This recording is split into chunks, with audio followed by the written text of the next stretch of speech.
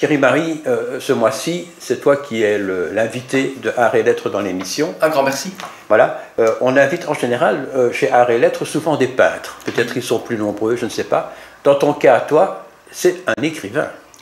Écrivain, peut-être que je me revendique un peu plus auteur que écrivain, parce qu'on ne sait pas tous très bien à quel moment on devient vraiment un écrivain. Écrivain, c'est, disons, un peu un mot-clé pour les moteurs de recherche aussi, je dirais. Mais tu es quand même un auteur qui a sorti 5 bouquins. 5, oui. 5. Voilà. Et le premier, il date de quand 2007, le premier de 2007. Dans la foulée, il y en a eu un autre en 2008. Puis j'ai fait une pause parce que j'aime beaucoup lire. Et en lisant, on apprend énormément. Mais tu es un écrivain qui est publié. Or, pour être publié, toi, tu as été à un moment donné chez Bénévent. Oui. Et puis maintenant, tu es chez Edilivre. Oui. Bon, Bénévent, les nouvelles ne sont pas bonnes. Il est en liquidation. Quoi? Je suis au courant que les nouvelles sont moins bonnes chez Bénévent.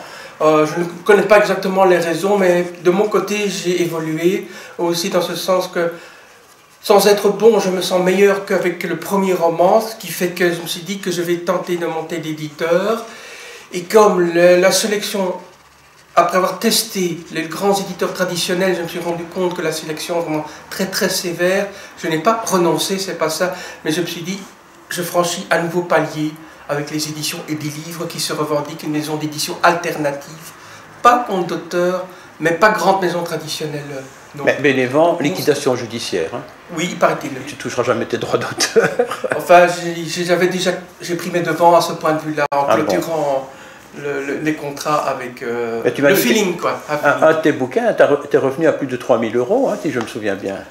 Oui, le tout premier, déjà pratiquement chez eux, oui. Donc tu n'as jamais pu récupérer ça? Pas vraiment, je l'avoue, là je peux le dire, mais je pense qu'il n'y a personne qui récupère vraiment. Est-ce que les prix, parce que j'ai été regarder un petit peu sur Internet, les prix sont quand même assez élevés, je trouve, pour le prix de vente des bouquins que... Oui, mais là, il y a du calcul de l'éditeur, à mon avis, aussi, pour pouvoir rentrer dans ses frais. Oui, et puis tout est payant, là, si tu veux une belle couverture, parce que tes couvertures sont belles, hein. Elles sont magnifiques même. Hein. Oui. Là, il faut payer tout en fait. Pratiquement tout, oui, pratiquement tout. Sauf la fabrication du livre en elle-même. Et pour l'avenir, tu penses à quoi? Bien, je pense tester, comme je l'ai d'abord fait, pour mes 5 premiers romans, avant de le présenter soit à mon éditeur précédent, soit à mon éditeur actuel. J'avoue que je le teste par-ci par-là et que je me fais lire pour sentir un peu, voir quelle réaction on a. Et pour chacun de mes romans, par exemple, je prends l'exemple des éditions Robert Laffont, où j'envoie systématiquement, toujours pour essayer d'avoir un avis, le manuscrit, le tapuscrit. Et tu reçois un avis? Et pour les premières fois, je recevais une lettre type. Oui, bien sûr. De refus disant que ça n'entre pas dans la ligne éditoriale, ou bien l'autre raison, c'est que nous avons un certain quota d'œuvres à publier. Enfin, une façon polie de refuser, quoi. Oui, mais j'ai eu la chance quand même d'avoir une fois eu une lettre personnalisée pour l'un de mes derniers romans, ce qui fait que j'étais parvenu à une étape quand même supérieure, apparemment, donc dans la qualité, dans le style et au niveau du fond. Tes 2 derniers livres ont quand même un peu mieux marché que les premiers. Hein. Oh oui, ils ont bien mieux marché. C'est peut-être ma persévérance, peut-être. Certainement. Qui a joué là-dedans. On a vu que je suis sur les réseaux sociaux, aussi sur Internet, aussi de plus en plus présent, et que je continue à écrire, et qu'en général, je pense qu'on aime plus lire un 4e ou un 5e roman qu'un tout premier roman. Tes derniers bouquins qui ont été un peu mieux connu, c'est L'île joyeuse. L'île joyeuse, le 4e. Un très beau titre d'ailleurs. Oui. Qui raconte quoi? Qui raconte quoi? En fait, je peux expliquer pourquoi le titre. Oui. Pourquoi le titre d'Île joyeuse? Parce qu'en fait, quand on voit notre vie, d'abord, à tous, de tous les jours, on a souvent des tas de contraintes, de difficultés, d'obligations.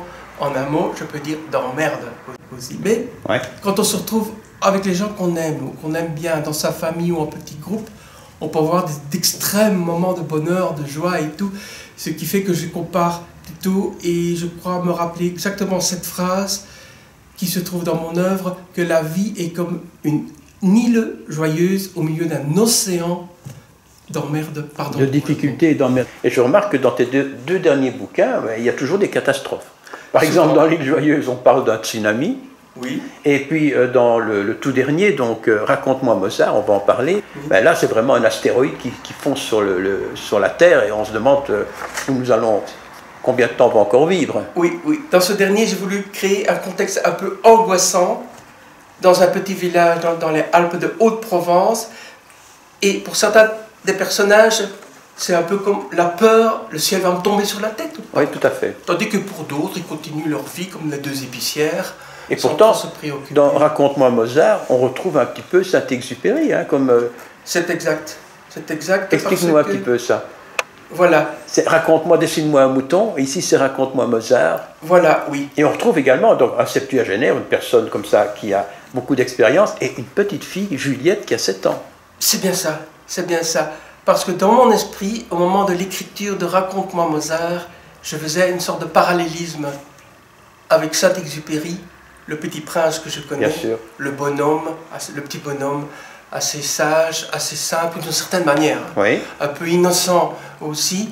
Le parallélisme entre cette œuvre de Saint-Exupéry et le roman que j'étais en cours d'écrire, que j'écrivais, que j'ai appelé après coup Raconte-moi Mozart, en songeant à Dessine-moi un mouton, du petit prince. Et dans Raconte-moi Mozart, nous avons là une petite fille assez simple, assez innocente, qui a, je ressors le mot, emmerde, beaucoup d'emmerde autour d'elle, un problème de santé assez sérieux, revoici donc du négatif, mais à la fin, le positif va ressortir aussi, je ne vais pas dévoiler la fin, mais il y a une surprise finale assez extraordinaire. Et pendant tout ce temps-là, l'astéroïde qui fonce sur la Terre. Oui, et finalement, va-t-il tomber ou pas, la solution dans l'œuvre, mais donc il y a ce parallélisme entre la petite fille d'un côté et le petit prince de l'autre côté, et le fait que dans Raconte-moi Mozart, mon personnage d'Oscar, le septuagénaire, il adore la musique classique, il est mélomane, Mozart, Bach, Beethoven, comme moi aussi, donc il y a un peu de moi dans le Oscar, mais pas tout. Bon, on va terminer en disant que tu as un site sur lequel on peut évidemment trouver beaucoup plus que ce que nous disons ici dans cette petite interview. Mais j'ai remarqué qu'il y avait comme 142 000 visiteurs, peut-être même plus. Oui, on vient de franchir justement les 143 000 tout récemment, mais c'est parce qu'il y a une petite équipe derrière. Et puis il faut quand même dire aussi que tu étais et à la foire de Paris, non, d'abord de Bruxelles, et puis à la foire de Paris. Oui, pour la 3e fois de chaque côté. Bon, c'est quand même un engagement. Oui. Je veux prouver par là que je suis disponible, accessible, que j'aime aller vers les gens. Même si je suis foncièrement seul, ça ne veut rien dire.